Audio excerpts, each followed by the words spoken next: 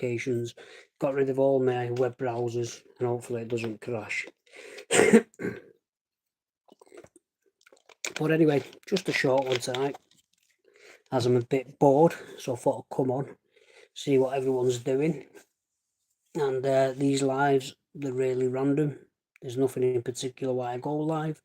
It is a chest, channel. So if you suffer with your lungs and you want to know a little bit more about this condition in depth, then you're probably at the right place.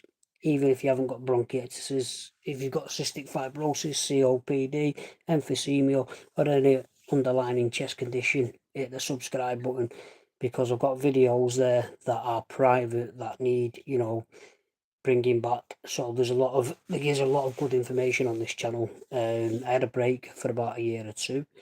Now I've come back because I find myself in a similar situation to where I was 3 years ago, battling the system to get medications. But I am where I am, and I wouldn't be here without this channel, because this channel was big motivation back in the day when I was coming on.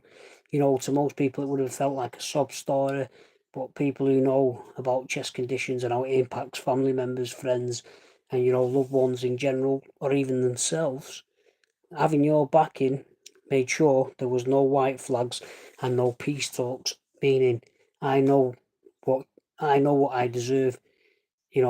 As a bronchitis patient, I know what my treatment plan should be and what it shouldn't consist of. So everyone who starts off with a diagnosis of bronchiectasis will get a referral to see a bronchiectasis specialist in the region. That's what happened here. Now, it never used to be like that. So when you got diagnosed with bronchiectasis, it fell under any chest specialist. But for some strange reason, they put it under a bronchiectasis specialist. Now, I don't even believe the people are bronchiectasis specialists, because the way they act, a lot of people, you think, I'm coming to you for years and years and years, presenting with the same problems, and to resolve the issues you tell me to keep with my rescue pack, you tell me to do this, Y and Z, and it's not working. So I don't know how they are classed as bronchiectasis specialists, and I don't think the interest lies with these specialists. Whereas if you see, people in the field of chest conditions and the multiple different things, so maybe, emphysema or lung cancer, and an actual professor, then I'm lucky that I have a professor in the chest, clinical chest profession. I'm lucky. I had enough for seeing my so-called bronchiectasis specialist that I put a referral in about 2019. I wrote a letter saying I no longer want this specialist. I don't think this person understands me. I don't think she understands my condition, and I want to go back to the guy diagnosed me in 2009. And you know what? I got a call that day, and it said, "We've guaranteed you that specialist." Now, if I could change the weather for you, I'd do that as well, because it was raining that day. That's how I remember it. So be very thankful if you have a good specialist. Don't moan, right? Sometimes you're not going to get everything that you deserve. Keep fighting, and maybe one day you will. But don't change. Only request a change if you think this person doesn't have your best interest at heart, has kept you on the same garbage with no progression for a very long time. Think about, changing. Just if you're not happy with a service, you would change that supplier. So if you're not happy with a practitioner, a chest specialist, it would be wise to think about changing. Not everyone understands everybody. So they put people in a bronchiectasis umbrella. They're all individual people. They all suffer with different kinds of things. So that could be dilated lungs, if that's the word I'm looking for, or restricted lungs, which means they struggle with their breathlessness. So a specialist who's seen breathlessness knows how to treat breathlessness, or knows how to be more empathetic to them, and give them what they need. But then you could present to the same specialist who hasn't got a foggiest on someone who's really struggling in a different, what's the word for it, not criteria, but in a different field to the one whose breathlessness is causing the huge problems, or the wheeze. So, it is tricky. It is tricky, and I don't know how they've come about this, but it seems like what happened is there was many diagnoses from 2010 to 2024 where they wanted to make sure that, you've got a bronchiectasis specialist, same way you'd have a cystic fibrosis specialist, same way you'd have an asthma specialist, just to keep the ball rolling. But I don't think it's progressed, man. Ain't you that guy up there? Yeah, I am, mate. Yeah.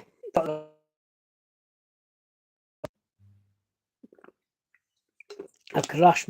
Right, I'm back in the room. So that's all I've got to say, guys. I'm roasting. I'm boiling. And I've just hit the nail on the head. I've just gone for a short live. So listen, if you're in doubt, get a sample, send it out. And if you're in doubt with your specialist, go back, look at your records, look at what you're presenting with to the GP, look what you're presenting with your, what do you call it, your specialist, and see where you are with your treatment plan 5-10 years on the down the line.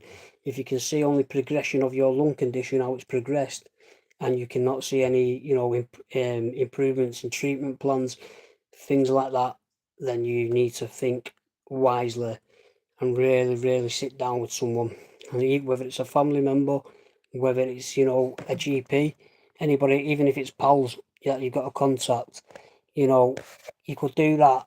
And that's all really. You could actually go and sit down with a family member, or take that family member to a couple of consultations. Yeah, you could actually even record a consultation, not to use on the internet, but you could record it on some kind of device, whether it's your mobile phone, because that's what doctors do anyway. Especially if you go for a specialist appointment, chances are they're between 35 minutes and an hour long. There's no chance, even with shorthand, that a specialist could write everything and then the secretary type that out and send it to the GP. So 9 times out of 10 you're being recorded.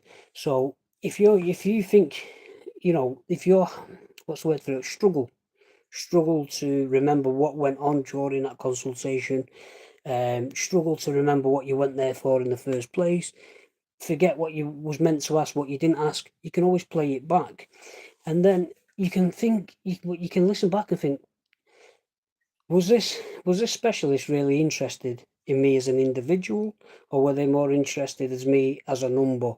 That's what you got to think. Yeah, where do I rank in this system? Do I rank as Tom, Dick, and Harry like everyone else, or does this specialist see the problems I'm presenting today? And then you can look back by either just listening back or reading your letters, see if the letters are all the same, stating same treatment, nothing to be changed, same treatment, nothing to be changed, but you feel poorly and you feel like every time I've come to see this specialist, I've told them things aren't getting better, things are getting worse, and it's falling on deaf ears. So just be mindful. The word specialist gets thrown about too much. So, a lot of people aren't going to, what's the word for it? They ain't going to take that on, if that's what we're working for. They ain't going to take on the specialist. They're the specialist, I'm the patient. So who am I to go against what this person's saying, or what this person's telling me to take, not to take, what to do, what not to do? But a treatment plan it's not a 50-50 share care plan by any stretch of the imagination, but you are involved in your treatment plan with the doctor or specialist. So, you build up that kind of, it's not a relationship, patient relationship, let's call it patient relationship. And you build it up over time, and they know what works for you and what doesn't work for you, right? They know what to increase, they know what to decrease. Yeah, they know exactly what you're growing, what you're not growing. And this is always good to speak about when you go to see these people. And it's also nice to see what you've grown in the last 12 months, Has it stayed the same? Are you getting the same amount of infections you was last year? Has it reduced? Have some of the bugs disappeared? Have some of the bugs reappeared? Just ask these questions, because I don't think people go into appointments with the right mindset. Some appointments are 3 to 6 months, some are 6 to 12 months. So by that time that passes, they've not logged much. So that might be anything from not sending a sample to the GP, then taking their doxycycline and steroids. You need to log it. You need to write, felt I had a chest infection, took my doxycycline, took my prednisolone, improved. Didn't send a sample. Because if you're not sending your samples, but you're taking, your rescue packs, these are infections that need documenting. They actually need documenting that you had an exacerbation. So you need to be mindful of that you are keeping on tracks with how many chest infections you got. Doctors now are listening to more patients.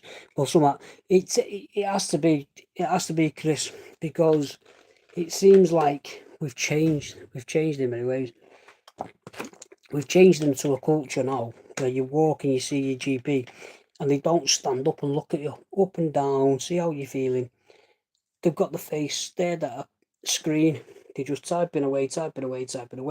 Before you know it, you've got an electronical, what is it called, prescription, and you're out the door. So we're very lucky to still have these one-to-one specialists who are still very old school. But there'll be a time where these specialists will operate like a GP. There'll be too much demand. So just be lucky and thankful that, if you've got a specialist and he gives you the time of day, or she gives you the time of day, be very thankful. I'm going on that note because it's getting late. I'll take care everyone. Bye.